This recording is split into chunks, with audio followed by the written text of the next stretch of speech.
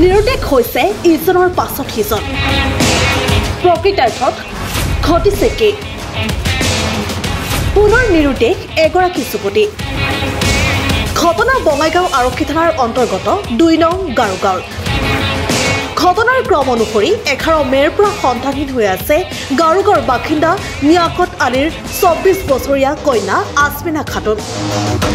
কন্যা আসমিনা খাতুনক বিচাৰি পৰিয়ালটোৰ মাজত লাগিছে এতিয়া হাহাকাৰ পৰিয়ালৰ লোকে বিভিন্ন ঠাইত নিৰ্দিষ্ট যুৱতীগৰাকীক বিচাৰি চলাত কৰিছে যদিও কোনো ধৰণৰ খা খবৰ পোৱা নাই যুৱতীগৰাকীৰ উপায়ন্তৰ হৈ পৰিয়ালৰ লোকে ঘটনা সন্দৰ্ভত বঙাইগাঁও আৰক্ষী থানাত দাখিল কৰে এজাহাৰ ইতিমধ্যে আসমিনা খাতুনক বিচাৰি পৰিয়ালৰ লোকে মুকলি কৰিছে এটা ফোন নম্বৰটো হৈছে 9834850892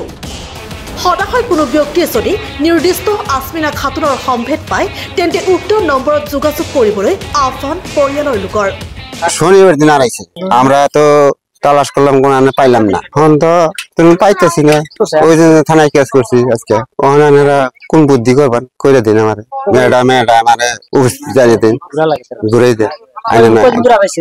3 দিন শনিবার এক নম্বৰ কথা মই 2 নং গাৰোগাঁৱৰ সেক্ৰেটাৰী হয় তাৰ পিছত মই আজি যেটো ঘটনা জানিব পাৰিলো এই মানুহজনৰ ছোৱালী আজি তাৰমানে আজি আমাক কৈছে যে 3 দিনৰ পৰা মানে নিৰুদ্দেশ হৈছে যেতিয়া মানে মানুহজনে ক'লে তেতিয়া আমি ক'লো যে 3 দিনৰ পৰা যদি নিৰুদ্দেশ হৈছে তেনে আপোনালোকে কৰবাত খা খবৰ লৈছে না লোৱা নাই তেতিয়া মানুহজনে ক'লে যে আমি ওচৰ চুবুৰীয়া প্লাস আত্মীয়ৰ ঘৰত আমি খা খবৰ লৈছো কিন্তু কত আমি পোৱা নাই তেতিয়া মই মানুহজনক পৰামৰ্শ দিলো যে আপোনাৰ ছোৱালীটো যে 3 দিন হৈছে ইমান খা খবৰ লৈছে তথাপিও আপুনি উদ্দেশ পোৱা নাই তেনেহলে আপুনি থানাত এটা এজাহাৰ দিয়া ভাল হ'ব সেই মৰ্মে মই আজি এই মানুহজনৰ যিজন ঘৈণীয়েক আছিল তেওঁক লগত লৈ মই নিজে এজাহাৰ এটা দি আহিছো